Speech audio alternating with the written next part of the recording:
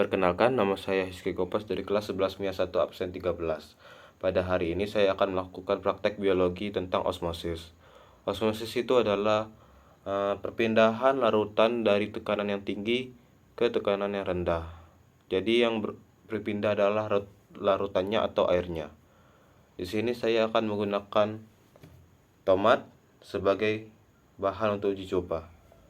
Nah, tujuan dari praktek ini adalah untuk membuktikan adanya proses osmosis pada tumbuhan dan juga untuk melihat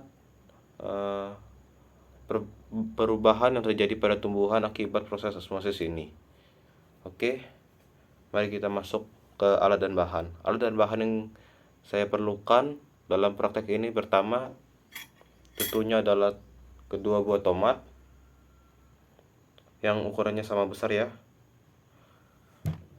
Yang kedua ada air. Yang ketiga 2 mangkok. Mangkoknya terserah ya, asalkan bentuknya sama dan juga bisa menampung 1 tomat. Yang keempat ada garam. Lalu tentunya untuk mengambil garam tersebut kita memerlukan sendok makan. Nah, dan juga tidak lupa kita memerlukan stopwatch untuk mengukur lama proses osmosis tersebut terjadi. Stopwatch yang digunakan dapat dari laptop ataupun dari HP masing-masing. Juga dapat menggunakan jam tangan. Di sini saya menggunakan laptop sebagai stopwatch.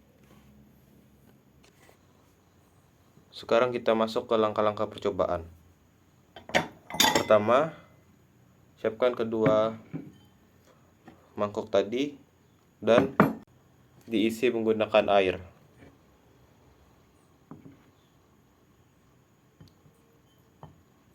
Isi sebanyak setengah mangkok.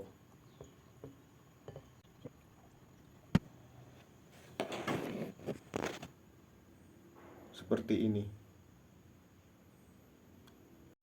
Lalu ke dalam salah satu mangkok dimasukkan 2 sendok garam saja. Ini.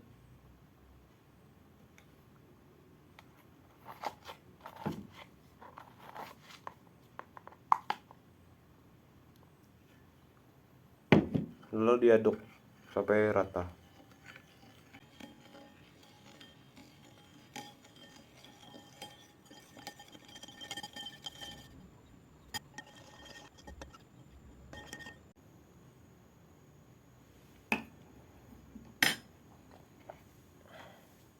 Seperti ini. Ya, seperti ini. Salah satu mangkok yang diisi. Saya mengisi ke mangkok yang ini. Bila ada sedikit buih-buih itu tidak akan masalah.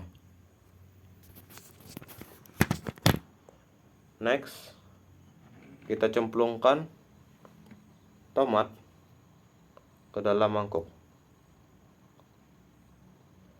Lakukan secara perlahan.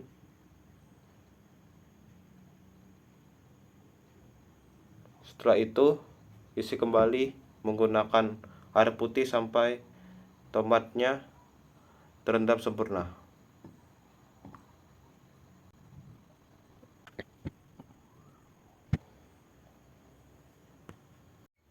Seperti ini penampakannya. Yang di air garam akan sedikit mengapung karena akibat dari efek air garam tersebut ya. Sekarang kita menunggu tomatnya selama 10 menit kurang lebih.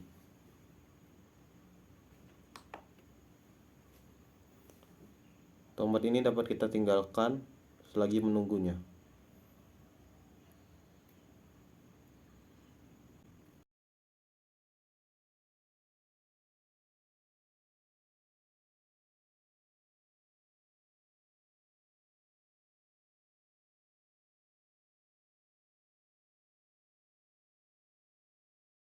Ini penampakan selama 7 menit.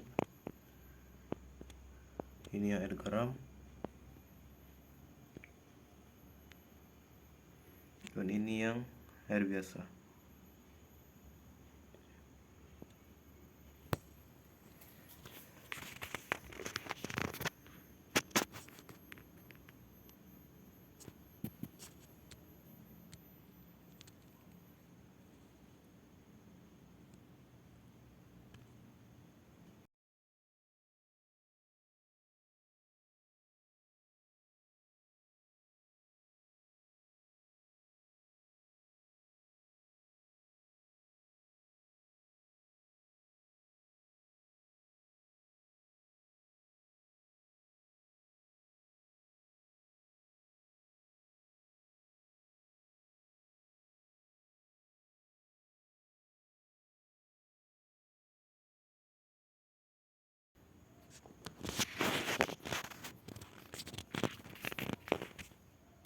Ini adalah penampakan tomat di menit ke-11.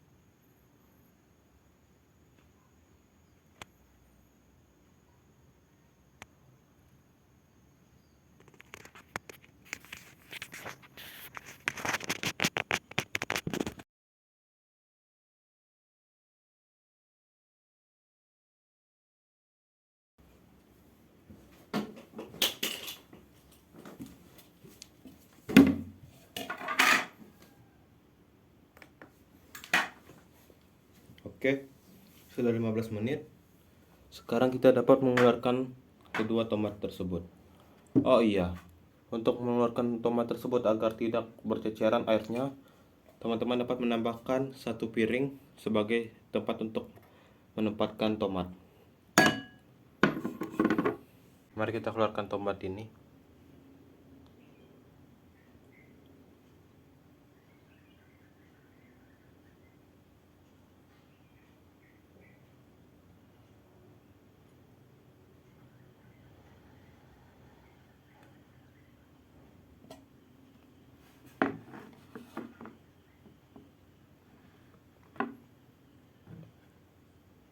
Lalu kita singkirkan kedua mangkok ini agar tidak mengganggu.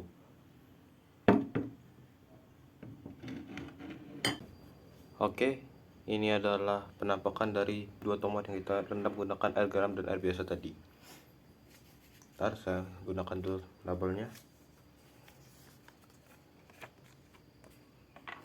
Ya, ini. Yang ini adalah air garam dan yang ini adalah air biasa. Pertama-tama kita lihat yang air garam dulu. Nih, seperti yang teman-teman lihat, yang air garam ini warnanya sudah berbeda, sudah sedikit pucat dan juga sampai penyot. Ini sudah lembek teksturnya, dapat dipencet-pencet. Nih, oke. Sedangkan yang kita taruh di air biasa tadi, ini masih tetap bentuknya bulat dan juga bila dipencet-pencet masih cukup sama seperti sebelumnya, tidak terlalu lembek tetapi tidak terlalu keras. Berbeda dengan yang air garam tadi, yang ini sudah terlalu lembek sampai penyot. Begitulah kira-kira hasil pengamatan ini. Nah, pertanyaannya, mengapa tomat yang kita masukkan ke air garam tadi itu dia menjadi lembut? Nih, mungkin kurang terlihat nih. Nah, lembut kan? Menjadi sangat lembut dan juga penyet-penyet seperti ini. Jawabannya ini adalah karena tekanan osmosis. Jadi air yang ada di sini keluar menuju ke air garam tadi yang tekanannya jauh lebih besar daripada yang ada di sini. Jadi air yang ada di sini keluar. Lalu berbeda dengan yang ini netral. Jadi antara air biasa tadi dengan yang air yang ada dalam sini, tekanannya tentu lebih besar di sini.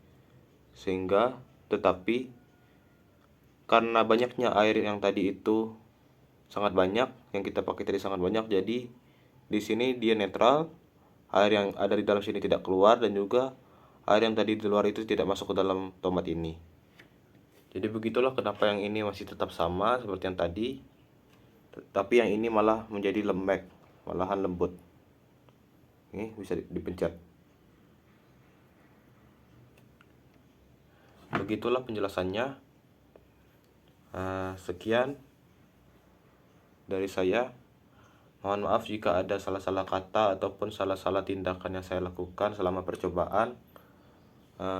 Terima kasih.